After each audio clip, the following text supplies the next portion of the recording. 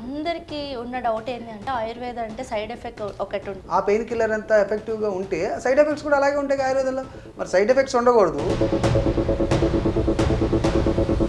ఇక్కడ ఆపేసేసి మళ్ళీ ఇంగ్లీష్ మందులు అని చెప్పేసి నార్మల్ హాస్పిటల్కి వెళ్ళిపోతూ ఉంటారు. డీజనరేషన్ అవ్వకుండా పెయిన్ తగ్గించుకోవడానికి ప్రతిరోజు ఆయుర్వేద మందులు వాడుకోవాలి, పంచకర్మ ట్రీట్మెంట్ చేయించుకోవాలి.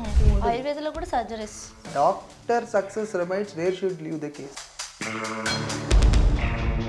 మళ్ళీ ఇంకోటి ఏంటంటే సోప్ వస్తుంది ట్యాన్, అది ఫిల్టర్ అని అందరికి అర్థమవుతుంది, బట్ సోప్ వస్తుంది ఏంటి స్కిన్ కలర్ చేంజ్ అవటం. ఈ ఆయుర్వేదంలో ఎక్కడ నల్లగా ఉన్న వాళ్ళు తెల్లగా ఉన్న వాళ్ళు తెల్లగా ఉన్న అలా అయితే రాముడు కృష్ణుడు కూడా వాడేవాళ్ళేమో నాకు తెలుసు. యోగా చేస్తే ప్రాబ్లమ్స్, కిడ్నీ ప్రాబ్లమ్ ఉన్నా షుగర్ ప్రాబ్లమ్ ఉన్నా ఎలాంటి టాబ్లెట్ వాడకుండా యోగా చేస్తే అన్ని క్యూర్ అవుతాయి అని చెప్పేసారు అంటున్నారు. ఇది ఎంతవరకు నిజం? మనిషి చచ్చిపోతే క్యూర్ అయిపోతాయి కదా. అందరికీ ఉన్న డౌట్ ఏంటి అంటే ఆయుర్వేద అంటే సైడ్ ఎఫెక్ట్ ఒకటి ఉంటుంది, సో మళ్ళీ ఎక్కువ కాలం ఉంటుంది, అది రిజల్ట్ అనేది చాలా లేట్గా వస్తుంది, in case maybe or may not be అన్న ఇది ఉంది అందరికీ ఒక ఆలోచన ఆయుర్వేదం మీద. దానికి మీరేం సమాధానం చెప్తారు? రిజల్ట్ ఎప్పుడు కూడా ఫాస్ట్గానే ఉంటుంది, మన దగ్గర ఫాస్ట్గా వస్తాయి.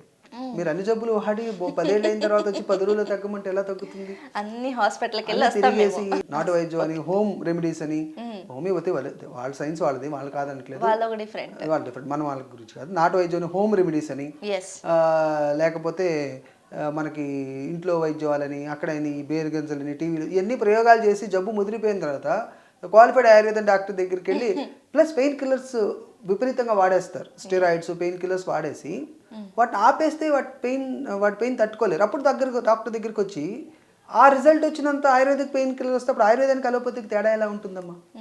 ఆ పెయిన్ కిల్లర్ అంతా ఎఫెక్టివ్గా ఉంటే సైడ్ ఎఫెక్ట్స్ కూడా అలాగే ఉంటాయి ఆయుర్వేదంలో. మరి సైడ్ ఎఫెక్ట్స్ ఉండకూడదు, అంతే ఫాస్ట్గా తగ్గడానికి ఎలా కుదురుతుంది? అది కొంతమంది ఏం చేస్తారంటే వచ్చి మళ్ళీ హాఫ్లో ఇక్కడ ఆపేసేసి మళ్ళీ ఇంగ్లీష్ మందులు అని చెప్పేసి నార్మల్ హాస్పిటల్కి వెళ్ళిపోతూ ఉంటారు. సో అలాంటి వాళ్ళకి మళ్ళీ వస్తారు. మీరు ఏం చెప్తారు అప్పుడు? సో పేషెంట్కి ఎప్పుడు సివియారిటీ ఉన్నప్పుడు 1 or 2 పెయిన్ కిల్లర్స్ ఎప్పుడన్నా వాడుకోవడం తప్పులేదు. డీజనరేషన్ అవ్వకుండా పెయిన్ తగ్గించుకోవడానికి ప్రతిరోజు ఆయుర్వేద మందులు వాడుకోవాలి, పంచకర్మ ట్రీట్మెంట్ చేయించుకోవాలి. అన్నీ చేయించుకున్నా కొంతమందిలో severe 4th stage of osteoarthritis కానీ అలాంటి ప్రాబ్లమ్స్ ఉంటాయి. అప్పుడు మనం కూడా చేయలేం, సర్జరీస్ అనేవిటబుల్. అప్పుడు ఏం చేయడానికి ఏముండదు. ఆయుర్వేదంలో కూడా సర్జరీస్, స్మాల్ అలోపతి సర్జరీసే, వీ కెన్ షిఫ్ట్. అక్కడే చెప్తాను sir, doctor success remains where should leave the case. మీరు ఎప్పుడు ఆ కేసును వదిలేయాలి, ఏ కేసు ట్రీట్ చేయాలి, ట్రీట్ చేయకూడదని తెలుస్తాయని. అలా తెలియాలంటే మనకు అలోపతి నాలెడ్జ్ ఉండాలి, దాని మీద పట్టు ఉండాలి, అది ఏ స్టేజ్లో ఉందో తెలియాలి, మనకు ఆయుర్వేదంలో నిజమైన ట్రీట్మెంట్ తెలిసి ఉండాలి. అప్పుడు కదా నువ్వు ట్రీట్మెంట్ చేయాలో లేదో తెలిసేది. మీకేం తెలియనప్పుడు నోటికి ఏది వస్తే చెప్తాం. ఇప్పుడు టీవీలో కూర్చొని చెప్పడానికి ఏముంది, నీకు ఇది తగ్గిపోద్ది, అది తగ్గిపోద్ది, అందరికీ తగ్గిపోద్ది అని చెప్పడం అలా ఈజీ. ఇప్పుడు యాడ్స్ ఎక్కువైపోయినాయి సార్, ప్రతి దానికి మీరు చూసుకోవచ్చు. సోషల్ మీడియా అంటే ఒక ప్రొఫెషనలిజం కాకుండా యాడ్స్ ఎక్కువైపోయినాయి. అంటే అందరినీ అనట్లేదు, మళ్ళీ అందరికంటే మళ్ళీ ట్యాగ్ చేసేసుకుంటారు, అందరిని అనట్లేదు. ఇవి వాడుతుంటే హెయిర్ వచ్చేసింది, ఇవి వాడుతుంటే స్కిన్ తెల్లగా అయిపోతుంది, ఇప్పుడు అందరు యాడ్స్, ఇప్పుడు సెలబ్రిటీస్ కూడా. ఆ నాలెడ్జ్ ఎవరు పేషెంట్స్కి ఉండాలి కదా. ఇప్పుడు మనతో పాటు తిరిగిన వాళ్ళు 10 రోజులు ఏదో కోర్స్ చేసి వచ్చి నేను న్యూట్రిషనిస్ట్ని, నేను డయటిషియన్ని అంటే మనం నమ్ముతున్నామంటే తప్పెవరిదమ్మా? జనాలది కాదు కదా. నువ్వు తప్పించేటప్పుడు నిజంగా ఇంత డాక్టర్స్ చదువుకుని, నేను BMS MD Ayurveda, fellowship in neuro rehabilitation, applied nutrition, diploma in Kshara Sutra, ఇన్ని చేశాము. చెప్పడానికి కూడా రాదు మళ్ళీ. సో ఇన్ని చేశాము. సరే MBBS డాక్టర్ గారు MD చేసి, ఈ MBBS చేసి, MD చేసి, స్పైనల్ సర్జరీయో, స్పైనల్ యాక్సెస్ సర్జరీయో, DMO చేసి, దాని సర్టిఫికేట్ కోసి, లండన్ వెళ్ళి ఇన్ని చదువుకుని ఆయనకి తగ్గడం రాదు, నాకు తగ్గడం రాదు, చేతి బీర గింజలకి వాడికి తగ్గిపోతుంది. ఎలా? How it is possible? Trusted ayurvedic డాక్టర్కి, ట్రస్టెడ్ అలోపతి డాక్టర్కి ఇద్దరికి తగ్గుతుందంటే ఏంటి? మేము పెయిన్ కిల్లర్స్, స్టెరాయిడ్స్ ఒక మినిమల్ డోస్ కంటే ఇవ్వకూడదని ఆయనకి తెలుసు. ఆయన ఇచ్చి వదిలేస్తారు, తర్వాత సర్జరీ చేయించుకోమంటారు. ఎందుకంటే వాళ్ళకి ఒక ఆప్షన్, అదృష్టం. వాళ్ళ అదృష్టం ఏంటంటే కొన్ని రోజులు పెయిన్ కిల్లర్స్ తగ్గిపోతే వదిలేస్తారు, వాళ్ళు వాడమని చెప్పు. వాడమని సర్జరీ ఏం చేయాలి? చివరికి సర్జరీ చేయించుకోవాలి. బట్ మా దగ్గర ఆప్షన్ లేదు కదా, అక్కడే మాకు ప్రాబ్లం. వాళ్ళు పెయిన్ కిల్లర్స్ అన్నీ వాడేసి ఆ టైప్ ఆఫ్ పెయిన్ తగ్గాలంటే తగ్గదు. 2, వీళ్ళు ఏం చేస్తారు, అప్పుడు వేరే డాక్టర్, ఎవరో తెలియని డాక్టర్స్ దగ్గర వాళ్ళు ఏం చేస్తారు, హై డోస్ ఆఫ్ స్టెరాయిడ్స్ని, పెయిన్ కిల్లర్స్ని పొడి చేసి ఏ చూర్ణంలోనో మిఠాయి వేసి ఇచ్చేసి అదే అలోపతి మెడిసిన్, ఆయుర్వేద మెడిసిన్ చెప్తారు, అవి వాడతారు. వాడినంతకాలం బాగానే ఉంటుంది. కిడ్నీలో హార్ట్ పోతే ఇంకో డాక్టర్ దగ్గరికి వెళ్ళి మళ్ళీ చూపించుకుని తర్వాత పేరు వచ్చేసి ఆయుర్వేదలో చూపించుకుని పేరు వస్తుంది. సరే, ముందు ఆరోగ్యాన్ని పోగొట్టుకోవటుంది ఎవరు? ఇప్పుడు అవి వాడటం వల్ల కిడ్నీస్ పోతాయి, హార్ట్ పోతాయి అని చెప్పినా తాత్కాలిక ఉపశమనం కోసం మీ కిడ్నీ పోతే ఆ ప్రాబ్లం బెటరా, మోకాలు నొప్పి కొంత భరించడం బెటరా? అది మనం బేరీజు వేసుకునే ఇది ఉండాలి. నిజంగా అంత చదువుకున్న ఆయుర్వేదం డాక్టర్కి, అంత చదువుకున్న అలోపతి డాక్టర్కి తెలియంది ఈ గుళ్ళోనో పక్కన గుళ్ళో వచ్చి మందులు అమ్ముకునే వాళ్ళకి, రోడ్ సైడ్ మొక్కలు అమ్ముకునే వాళ్ళకి, ఎక్కడో ఏదో అడవుల్లో ఉన్న వాళ్ళకి తెలుస్తుంది అనుకోవటం. అలా అడవుల్లో నిజంగా అన్నీ తెలిసిపోతే వాళ్ళకి దోమలు కుట్టి సీజనల్ వేరియేషన్స్ వచ్చి వాళ్ళు గర్భిణీలు చచ్చిపోయారు, వాటర్లతో మోసుకెళ్ళాం, వాళ్ళు చనిపోయారు, వాళ్ళకి ఎన్ని వచ్చామని వాళ్ళు ఎందుకు క్లెయిమ్ చేస్తారు? నిజంగా అక్కడ అన్ని జబ్బులు తగ్గిపోతాయి. సో అలా కాదు కదా. సో సమాజంలో మార్పు చెందాల్సింది ఎవరో మనం నిర్ణయించుకోవాలి. అన్నీ బిలీఫ్ చేయకూడదు. డాక్టర్ చదువుకుంటేనే కదా. ఇప్పుడు మీరు ఒక సిస్టమ్ రన్ చేయాలంటే, ఒక మెషిన్ రన్ చేయాలంటే మీకు మెకానిక్ అయి ఉండాలి. బండి బైక్ చేయాలని నేను డాక్టర్ అని చెప్పి నేను ఇంజిన్ తిప్పి తీస్తూ కూర్చుంటే నాకు కూడా వచ్చేది, నేను చేయలేను కదా. సో ఆయనకి తెలిసింది ఆయన ఒక అలోపతి సైన్స్లోనే అన్ని వాళ్ళు చేయలేక ఒకళ్ళ కన్ను ఒకళ్ళు కాళ్ళు ఒకళ్ళు పంచుకున్నప్పుడు ప్రపంచంలో అందరికి ఎలా తెలుస్తాయి? So we have trust the doctors who had efficient. వాళ్ళు చదువుకున్న వాళ్ళని గౌరవించండి. రాకపోతే ఇంక అంతకంటే వైద్యం ఉండదు. కొంతవరకు ఉపశమనం అవుతుంది, అంతవరకే చేయగలం. మన ప్రయోగాలు చేసి బాడీని ప్రయోగశాల చేయకూడదు. అయితే నాకు తెలిసి ప్రపంచంలో 2 శాస్త్రాలు మేము చదువుకున్నాం అని కాదు. ప్రపంచంలో పుట్టింది శాస్త్రం ఆయుర్వేదం, దాని నుంచి డెవలప్ అయింది అలోపతి. సర్జరీస్కి అలోపతి వెళ్తాం, క్రానిక్ ఆయుర్వేదం వాడటం. ఇది తగ్గపోతే ఇంకెక్కడే ఉండదు. వేరే సైన్స్ గురించి నాకు తెలియదు కాబట్టి ఈ 2 చెప్తున్నాను. There is emergency allopathy, chronic ayurvedic. కరెక్టే చెప్పారు. ఇప్పుడు చాలా మందికి అవగాహన, మీలాంటి వాళ్ళు ఇట్లా చెప్తేనన్నా ఇది తెలుసుకొని వీడియో చూసి కనీసం కొంతమంది అయినా తెలుసుకుంటారు, వాళ్ళు కొంతమందికైనా చెప్తారు. ఎందుకంటే అన్నీ మిక్స్ చేస్తున్నారు. ఇప్పుడు ప్రతి ఒక్క వచ్చిన యాడ్, అరే ఆ సెలబ్రిటీ చెప్పింది, ఈ సెలబ్రిటీ, ఇప్పుడు రీసెంట్గా నేను చెప్పిన గమ్మీస్ కాకుండా ఆ గమ్మీస్ పోయింది. ఇప్పుడు ఫస్ట్లో బాగా వచ్చింది, ఇప్పుడు పోయింది. మళ్ళీ ఇంకోటి ఏంటంటే సోప్ వస్తుంది, టాన్. అది ఫిల్టర్ అని అందరికి అర్థమవుతుంది, బట్ సోప్ వస్తుంది. ఏంటి, స్కిన్ కలర్ చేంజ్ అవటం.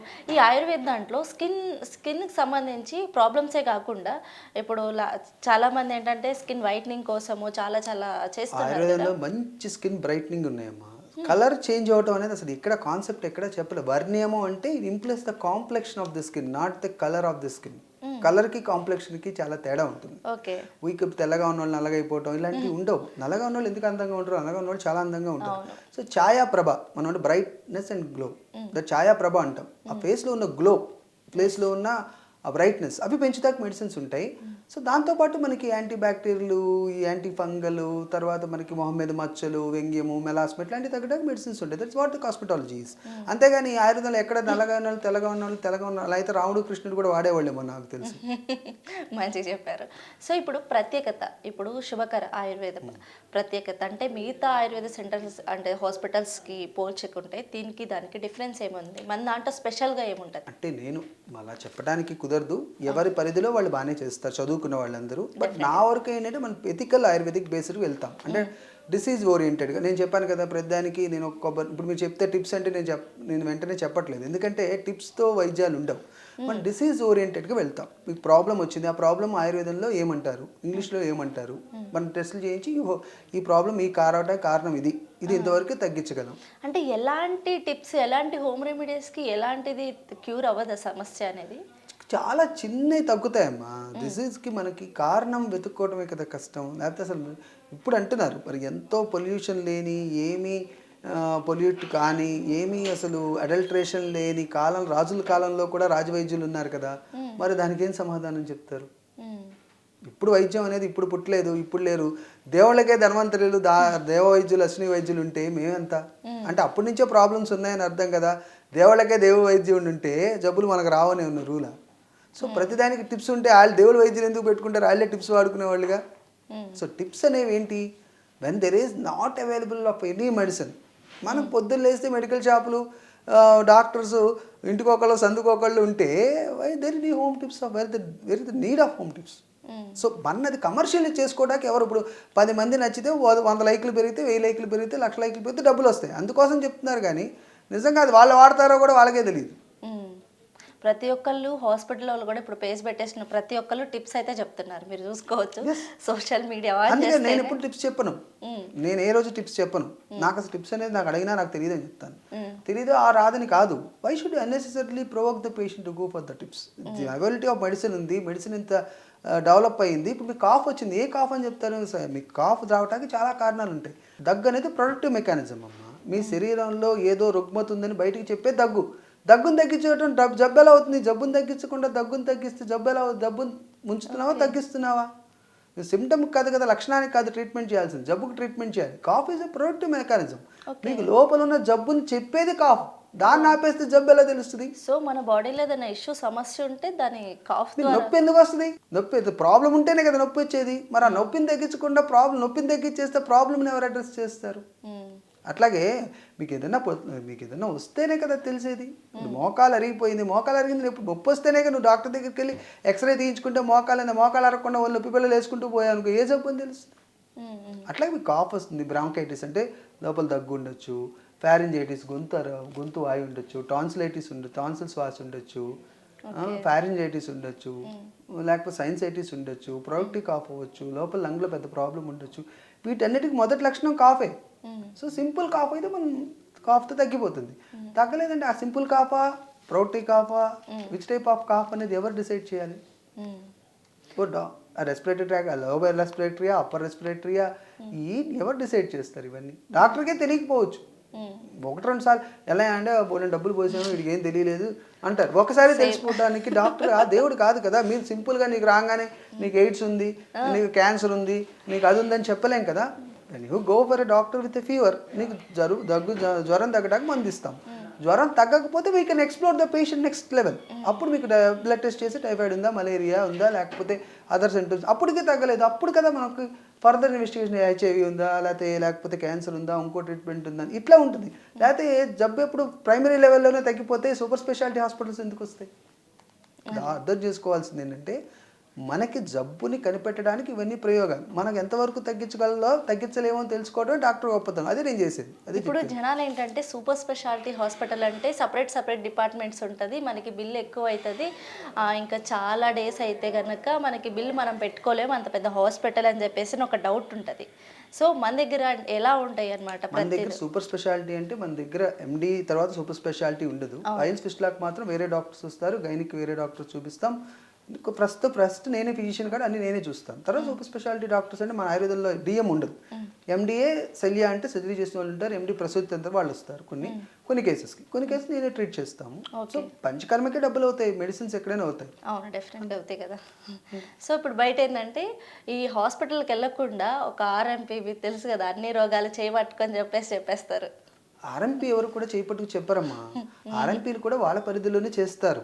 బట్ పేషెంట్స్ వెళ్ళి వాళ్ళని కంపెల్ చేస్తే ఎంత పెద్ద సమస్య అయినా అక్కడతో ఆగిపోతున్నారు జనాలు అనేది. అది డాక్టర్ అని అదే చెప్తా. ఇది ఎవరికి ఉండాలి? ఇప్పుడు స్కూల్లో జాయిన్ చేసిన తర్వాత నువ్వు బ్లాసమ్స్లో జాయిన్ చేయాలా, పెద్ద స్కూల్స్లో జాయిన్ చేయాలా, గవర్నమెంట్ స్కూల్లో జాయిన్ చేయాలా అని పేషెంట్ అవేర్నెస్, అది టీచర్ ఇష్టం, వాళ్ళ ఇష్టం. సో అలాగే పేషెంట్ డబ్బులు లేనప్పుడు ఆర్ఎంపీ దగ్గరికి వెళ్తారు, వాళ్ళు సాధ్యమైనంత చేస్తారు, చేయకపోతే రిఫర్ చేస్తారు. రిఫర్ చేసినా వాళ్ళు రిఫర్ చేశారంటారు, మళ్ళీ అక్కడ ప్రమాదం వాళ్ళకి. వాళ్ళంటే కూడా వాళ్ళు రిఫర్ చేశారంటే ఏం రాదు, వాళ్ళు రిఫర్ చేశారు, రిఫర్ చేయకపోతే ప్రాబ్లం అవుతుంది. అలాంటి సిచ్యువేషన్ ఎప్పుడైనా మీ ఆయుర్వేద సెంటర్కి వచ్చినాయా? బోల్డెన్ వస్తాయి, చాలా వస్తాయి. వేరే వాళ్ళు రిఫర్ చేసి సాధ్యమైనంత వరకు అది ఆర్ఎంపీ నుంచి పెద్ద డాక్టర్ వరకు. నేను డిగ్రీ లేకుండా చేసేవాళ్ళు కాదు, ఆర్ఎంపీలు కూడా సర్టిఫికేట్స్ ఉంటాయి. సాధ్యమైనంత వరకు ఏ డాక్టర్ కూడా పేషెంట్స్కి ఇబ్బంది పెట్టాలని పేషెంట్స్ ప్రేమించాలి. పేషెంట్సే వాళ్ళని కంపెల్ చేస్తారు, డాక్టర్ వెళ్తామండి మీరు చేసేయండి అంటారు. ఏం చేస్తారు వాళ్ళు? అర్ధరాత్రి వెళ్తే ఏదో చేయాలి కాబట్టి పేషెంట్స్ రక్షించాలి. అక్కడ చెప్పి కడుపున దొరుకుతుంటే నేనేం చేయనని అనలేం కదా, చేస్తారు. బట్ మనం రియలైజ్ చేసుకోవాలన్నమాట, మనం ఎంతవరకు ఏ ట్రీట్మెంట్ ఎవరి దగ్గర చేయించుకోవాలి, దీని రెస్ట్రిక్షన్ ఏంటి. ఆర్ఎంపీ అంటే ఓన్లీ చదువుకోలేదు కాబట్టి వాళ్ళకి డాక్టర్ రాసిన మెడిసిన్ ఇంజెక్షన్ చేయించుకునే వరకు, లేకపోతే సింపుల్ వాటికి కావాలి, పెద్దవాటికి పెద్ద డాక్టర్ల దగ్గరికి వెళ్ళాలని అవేర్నెస్ జనాల్లో ఉండాలి. అంతేగాని టీవీలు చూసి, యూట్యూబ్లు చూసి, లేకపోతే చాట్ జీపీటీలో చదివి, గూగుల్లో చదివి మేమే వైద్యం చేసుకుంటామంటే ఇంక మెడిసిన్ ఎందుకు? అది కరెక్టే. ఇప్పుడు అందరూ అనుకుంటారు ఏంటంటే ఇది కూడా టీవీలోనే వస్తుంది కదా అని చెప్పేసి డెఫినెట్గా అనుకుంటారు. మన వాళ్ళు చాలా టీవీలో వస్తుంది కాబట్టి తెలియటానికి చెప్పడానికి టీవీలో. అందుకే మీరు అడిగినా నేను టిప్స్ టీవీలో చెప్పానని టిప్స్ చెప్పట్లేదుగా. టిప్స్ అనేది ఆయుర్వేదం ఆయుర్వేదం అంటేనే టిప్స్ అనుకున్నాను. చిట్కా వైద్యం, ఆయుర్వేదం అంటే చిట్కా వైద్యం కాదమ్మా. అది చిట్కాకి ఆయుర్వేదానికి సంబంధమే లేదు అసలు. ఆయుర్వేదంలో బోల్డ్ అన్ని సింపుల్ ఫార్ములాస్ ఉంటాయి. మీరు చిట్కా ఆయుర్వేదం అంటే మనకి చిట్కా ఆయుర్వేదం రోజు వస్తుంది ఎపిసోడ్స్. ఓహో అలా అంటే ఉంటాయి, అదే దాన్ని కట్ చేసేయండి. ఆయుర్వేదం అంటేనే అంటే అదే చెప్తున్నాను, మీరు ప్రమోషన్స్ ఆయుర్వేదంతో ఇంట్లోనే ఉండి మన హోమ్ వాటితోనే చేసుకోవచ్చు అని చెప్పేసి ఆయుర్వేదం పేరు పెద్దగా చెప్పి మరీ చెప్తారు. అందుకే చెప్తున్నాను. ఓకే, చిట్కాలతో జబ్బు తగ్గుద్ది. అసలు ఏ జబ్బో తెలియకుండా చిట్కా ఎలా చెప్తావు? ఇప్పుడు కాఫ్కి నేను చెప్పాను, మీకు ఏముందని కాఫ్కి చెప్తావు? ఏ కారణం అని కాఫ్కి చెప్తారు? దేనికి చిట్కా చెప్పాలి నేను? కాఫే అమ్మా, అది ప్యారజైటిస్ వల్ల వచ్చిందా, లంగ్ ఇన్ఫెక్షన్ వల్ల వచ్చిందా, టాన్సిలైటిస్ వల్ల వచ్చిందా, దేనికని కాఫ్ చెప్తే కాఫ్ తగ్గితే చాలా జబ్బు తగ్గద్దా? సో జబ్బు ఉండబట్టే కాఫ్ వస్తుంది. అంతే కదా, ఏదైనా అంతే. జలుబు వస్తుందంటే, జలుబు ముక్కు కారుతుందంటే ఏంటి, లోపల ఏదో ఇన్ఫెక్షన్ ఉంటేనే ముక్కు కారుతుంది. రైనైటిస్, సైనసైటిస్, ఇన్ఫ్లుయెంజా, కార్జా, ఇవన్నీ కూడా ప్రతిశాయం, పీనసం, దృష్టి ప్రతిశాయం, వాత ప్రతిశాయం, ఇవన్నీ ఆయుర్వేదం పేర్లు. కార్జా, ఇన్ఫ్లుయెంజా, అలర్జిక్ రైనైటిస్, ఇవన్నీ అలోపతి పేర్లు. చాలా కొత్తగా వింటున్నాం ఈ పేర్లన్నీ. సో ఇవన్నీ కామన్ కోల్డ్ కారణమే అలర్జిక్ రైనైటిస్, ఇన్ఫ్లుయెంజా. కాఫ్ కాదు, జలుబుకి నేను చెప్పాను. కాఫ్ అంటే చాలా protective cough, non protective cough ఉంటాయి. దానికి డెఫినెట్ కాజెస్ ఉంటాయి. ప్యారెంజైటిస్, టాన్సిలైటిస్, ఇవన్నీ కూడా జియాటి. ఆఖరి గ్యాస్ పైకి తన్నా కూడా కాఫ్ వస్తుంది. నాకు ఇంకో డౌట్, నార్మల్గా అడుగుతున్నాను, ఇది ఆయుర్వేదిక్ కాకపోయినా, యోగా చేస్తే ప్రాబ్లమ్స్, కిడ్నీ ప్రాబ్లం ఉన్నా, షుగర్ ప్రాబ్లం ఉన్నా, ఎలాంటి టాబ్లెట్ వాడకుండా యోగా చేస్తే అన్ని క్యూర్ అవుతాయి అని చెప్పేసారు అంటున్నారు. ఇది ఎంతవరకు నిజం? మనిషి చచ్చిపోతే క్యూర్ అయిపోతాయి కదా, ఇంకా మనిషి మంది తీసుకోవాల్సిన అవసరం ఉంది. క్యూరే కదా అది, నిజంగా క్యూరే కదా, అబ్సల్యూట్ క్యూర్ కదా అది, నో ప్రాబ్లం కదా, అసలు క్యూరే ఉండదు కదా. అంటే చాలా మందికి అంటే అదే, ఇప్పుడు మన యోగా అనేది ఒక పార్ట్ ఆఫ్ ఎక్సర్సైజ్ అంతే. దాంతో స్ట్రెంథనింగ్ చేసుకోవచ్చు. ఇప్పుడు మనకి బ్యాక్ పెయిన్ వచ్చింది, ఆయుర్వేదిక్ పంచకర్మ చేయించుకుంటాం, మెడిసిన్స్ వాడతాం. దాంతోపాటు భుజంగాసనము అట్లాంటి ఆసనాలు వేస్తే స్ట్రెంత్ అవుతుంది, మంచిదే. కానీ మందులు వేయకుండా, ట్రీట్మెంట్ వేయకుండా పేషెంట్ చంపేసేది ఎవరికి ఇస్తుంది? ఇప్పుడు నేను చెప్పాను అలోపతి వాడదు, ఆయుర్వేదం వాడమని నేను చెప్పానా? లేదు. ఇలా పేషెంట్ చంపేసే అధికారం ఏ డాక్టర్కి ఎవరికి ఉంటుంది? మనం ఎంతవరకు చేయాలో అంతవరకు చేయాలి. మందులు వాడద్దని చెప్పడానికి మనమే ఎవరమ్మా? నాన్సెన్స్ అదంతా కూడా. Yoga is part of exercise అంతే. యోగాలో 8 అంగాలు ఉంటాయి. అసలు అంగాలు తెలియని వాళ్ళు కూడా మనకి యోగా గురించి చెప్తారు. అసలు యోగాలో ఎన్ని అంగాలు ఉంటాయి? అసలు యోగస్తు కర్మ కౌశల్యం, అంటే మనం చేసే పని బాగా చేయడమే యోగా. యోగా అసలు అర్థం అది. ఆహార అలవాట్లు మంచిగా తీసుకుంటే మనకి ఎలాంటి రోగమైనా క్యూర్ అయింది. ఇప్పుడు డైట్ ప్లాన్స్ వస్తున్నాయి, వీటికి కూడా ఆహార నియమాలతో డైట్లు ఏం తగ్గవు. మరి పుట్టుకతో వచ్చిన పిల్లలకి హార్ట్లో హోల్ ఉంటుంది, డయాబెటీస్ టైప్ 1 ఉంటుంది, తెలసీమియా ఉంటుంది. వాళ్ళందరూ చంపేద్దామా? వాళ్ళన్నీ ఏ ఆహారాలు తీసుకున్నారని వచ్చినాయి? వాళ్ళందరూ ఏ ఆహారాలు తీసుకుంటూ వచ్చినాయి? అంటే diet is one of the cause అమ్మా. డైటే కాజు, కానీ అది భవిష్యత్తులో వచ్చే జబ్బులు కారణం అవుతుంది. కానీ వచ్చిన జబ్బుని తగ్గించుకోవడానికి అది ఒక్కటే కారణం కాదు. మీరు క్రికెట్ ఆడితే కింద పడి దెబ్బ తగిలితే డైట్ ఏం చేస్తుంది? మీరు రోడ్డు మీదకి వెళ్తే యాక్సిడెంట్ అయితే డైట్ ఏం చేస్తుంది? క్లీన్ చేసుకొని వదిలేస్తే తగ్గిపోయింది. పిడుగులు పడో, తుఫాను పడో, దాని మీద నెత్తి మీద పడితే ఏం చేస్తావు? సో అంటే డైట్ అనేది ఒక కాజ్. మీకు లైఫ్ స్టైల్ డిసార్డర్స్లో డైటే కాజ్. సో డైట్ని మనం ఎలా తీసుకోవాలని చెప్తాను, సమతుల ఆహారం తీసుకోవాలి. Protein, fat, carbohydrate, minerals, vitamins అన్నీ 5 రకాలు ఉంటేనే దాని సమతుల ఆహారం అంటాం. ఏమనుకోకండి, అంటే ఇప్పుడు బయట ఏదైతే డౌట్స్ ఉన్నాయో, అంటే బయట చాలా మంది క్యాజువల్ అయినా ఇవి చాలా పెద్ద సమస్యలు అనమాట. అందరూ ఏంటంటే కామన్ గా తీసుకొని ఓకే మనం డైట్ ప్లాన్ చేస్తే, లేదు యోగా చేస్తే, అసలు నాకు అర్థం కాదు యోగా చేస్తే షుగర్ ఎట్లా కంట్రోల్ అవుతుందో. చెప్తాను కదా. ఇప్పుడు మీరు వాళ్ళు ఈ డ్రెస్ వేసుకున్నారు, మీకు కొత్త ఛానల్లో కొంచెం ఎక్కువ డబ్బులు ఇచ్చి కొత్త ఉద్యోగం వచ్చింది అనుకోండి, కొంచెం ఆనందంగా ఉంటారు. ఆ రోజు మీ బాధలన్నీ మర్చిపోతారు. మన శరీరం కూడా అంతే, కొత్తగా ఏదైనా చేస్తే కొత్తగా ఆ బాధలు మర్చిపోతుంది. రెండో రోజు మళ్ళీ యథాస్థానం యథాప్రభం వస్తుంది. మళ్ళీ మందులు లేకపోతే జబ్బు పెరుగుతుంది, ప్రెషర్ కాంప్లికేషన్. అంటే ఒక 20% అయినా ఏదన్నా ఉంటుందా? కొత్తగా చేసినప్పుడు బాడీ విల్ రిసీవ్ మోర్. ఎందుకు మంచిదే చెప్తున్నా కదా, యోగా చెడదని నేను చెప్పలేదు. దానివల్ల 10% 20% రిజల్ట్ ఉంటుంది. బట్ 80% దాన్ని మనం చెడగొట్టుకునే 20% ఎలా చేసుకుంటాం? So diet, exercise, medicine, whether it is yoga or other medicine or aerobics, ఏది టైప్ మనకి ఏ ఎక్సర్సైజ్ చేస్తామో యోగానో చేస్తూ, అన్నిటికంటే బెస్ట్ యోగా చేసుకుంటూ, డైట్ తీసుకుంటూ, డైట్ రెస్ట్రిక్షన్ తీసుకుంటూ, మెడిసిన్స్ వాడుకుంటూ, మరి పంచకర్మ అయితే పంచకర్మ, ఇంకోటి సర్జరీ ఏం చేయించుకుంటా అది అవసరం అది చేయించుకుంటే డెఫినెట్గా పేషెంట్ విల్ గెట్ రిలీఫ్. అంతేగాని ఒకే దాంతో యోగాతోనూ లేకపోతే ఈ బోకాల గింజలతోనూ మునకాయ ఆకులతోనూ తగ్గిపోవు. వచ్చిన జబ్బు తగ్గటం చాలా కష్టం. Once we are vulnerable to one disease, ఒక జబ్బుకి మీరు వనరబుల్ అయ్యారంటే జీవితాంతం జబ్బు మీకు వస్తుందని అర్థం. దాన్ని తగ్గించుకోవటం, మళ్ళీ రాకుండా చూసుకోవటంలోనే జాగ్రత్త. మీకు ఒకసారి నడునొప్పి వచ్చింది, మీరు ఎప్పటికీ నడునొప్పి వచ్చే ఛాన్స్ మీకు 100% ఉంటుంది. మీరు స్ట్రైట్గా చెప్తున్నారు. చాలా డాక్టర్స్ ఇప్పుడు తగ్గిపోయింది ఇంకెప్పుడు రాదని చెప్తారు. ఎలా చెప్తారు? మీకు జ్వరం వస్తే ఏ డాక్టర్ అన్నారు? రేపు పొద్దున్న డాక్టర్ అలోపతి డాక్టర్ ఎవరు ఉన్నారా? అలోపతి డాక్టర్ గారు మా ఫేవరెట్ డాక్టర్స్ ఉంటారు. ఎలా అసలు మీరు ఒక గంట సేపు కూర్చున్నారు, ఇప్పుడు ఆ అమ్మాయి కూర్చున్నా నేను కూర్చున్నా ఎవరు కూర్చున్నా నడునొప్పి వస్తుంది. దానికి జబ్బుతో సంబంధం ఉంది. మీరు ఎక్కువసేపు కూర్చుంటే ఎవరికైనా కండరాల స్ట్రెయిన్కి వెళ్తే నొప్పి వస్తుంది. ఆ నడునొప్పి రాకుండా చూడటం ఏంటి? దానికి బుద్ధి ఉండాలి కదా మనం చెప్పడానికి. ఇప్పుడు మీరు గంట సేపు కూర్చున్నారు, ఎవరికైనా నడునొప్పి వస్తుంది, దానికి నడునొప్పి రాదని ఎలా చెప్తాం? అదే మీరు ఇంకో 10 రోజులు కూర్చున్నారు అనుకో, అది ప్రాబ్లం ఎక్కువ అవుతుంది. ఆ 10 రోజులు కూర్చోకుండా ఉండద్దు అని చెప్పి ఆ ఉన్న జబ్బు తగ్గడానికి మసాజ్ ట్రీట్మెంట్ చేయడమే ఆయుర్వేదం. అంతేగాని నీ జీవితంలో మళ్ళీ నువ్వు కూర్చోవద్దంటే డబ్బు నొప్పి రాదు. మీరు కూర్చోకుండా ఉండండి, ఇంక జీవితంలో నొప్పి రాదు. అండ్ ఇంకోటి ఆయుర్వేదంలో ఏదైనా ట్రీట్మెంట్ తీసుకుంటే మళ్ళీ అది వస్తానే ఉంటుంది అని చెప్పేసి అని అంటారు, అంటే రిపీట్. ఆయుర్వేదంలో ట్రీట్మెంట్ చేస్తే పంచకర్మలో రాదని చెప్తారు. రాదని డెఫినెట్గా రాదని అది నేను చెప్పట్లేదు, రాదని రావడానికి ఎక్కడా లేదు. లేదు. మీ పని, మీ జబ్బు మేము చేసే ట్రీట్మెంట్స్ కంటే పెరిగిపోయినాయి అనుకోండి, అప్పుడు వస్తుంది. మీరు రెస్ట్రిక్షన్లో ఉండి జాగ్రత్తగా ఉంటే మళ్ళీ రాదు. పంచకర్మలో అడ్వాంటేజ్ అది. మళ్ళీ రాకుండా ఉండాలంటే మనం జాగ్రత్తగా ఉండాలి, డైట్ తీసుకోవాలి. ఇప్పుడు మీరు వెయిట్ లాస్ ట్రీట్మెంట్ చేయించుకున్నారు, 10 కేజీలు తగ్గారు, మళ్ళీ 2 రోజుల తర్వాత మళ్ళీ బాగా తినేస్తే వెయిట్ పెరగకుండా అలాగే ఉంటారా? ఈ సబ్జెక్ట్ మనం తీసుకుంటే ఇంకో 1 hour అయినా ఇట్లా వెళ్తూ ఉంటుంది వెయిట్ లాస్ అయితే. ఏదైనా సరే మన జాగ్రత్తలు మనం ఉండాలి. పంచకర్మ వల్ల చాలా చాలా యూజెస్ ఉంటాయి. ప్రతిదీ మనం డీటెయిల్డ్గా ఎక్స్ప్లెయిన్ చేసుకుంటూ మైక్రో లెవెల్లో వెళ్తే we can express in allopathic words. అది కష్టం అవుతుంది ఇప్పుడు, ఎందుకంటే మన ఆయుర్వేదాన్ని ఇంగ్లీష్లో చెప్పాలని ప్రయత్నం చేస్తున్నాం, ఇంగ్లీష్ వైద్యం టర్మ్స్లో చెప్పాలని ప్రయత్నం చేస్తాం, అందుకని ఇబ్బంది అవుతుంది. అర్థం అవ్వాలంటే చాలా మందికి కొంచెం ఇట్లా, అందుకని కొంతవరకు ఇంగ్లీష్ చెప్తున్నాం కానీ ప్రతి విషయాన్ని మైక్రో లెవెల్లోకి వెళ్ళి మనం ఎక్స్ప్లెయిన్ చేయలేము. So but the result is 100% ఉంటుంది. మళ్ళా రాకుండా ఉండాలంటే మన జాగ్రత్త, మన స్టైలు, మన ఇబ్బంది ఉంటుంది. వచ్చినప్పుడు కూడా సివియారిటీ రాదు. ఇప్పుడు ఇంగ్లీష్ మెడిసిన్ ఏంటంటే ఇప్పుడు కొన్ని రకాల స్కిన్ ప్రాబ్లమ్స్ ఉన్నాయి, వాడాము తగ్గింది, మళ్ళీ నెక్స్ట్ టైం వచ్చినప్పుడు సివియారిటీ పెరుగుతుంది, ఇంకా వచ్చినప్పుడు సివియారిటీ పెరుగుద్ది, ఆ మెడిసిన్స్ పనిచేయవు, రెసిస్ట్ అయిపోతాయి. ఇప్పుడు ఆయుర్వేదం కాదు, ఇప్పుడు మెడిసిన్ తగ్గింది, నెక్స్ట్ టైం వచ్చింది తక్కువ వస్తుంది, తక్కువ మెడిసిన్ తగ్గుతుంది, మళ్ళీ ఒకసారి వచ్చింది ఇంకొంచెం మెడిసిన్తో తగ్గుద్ది.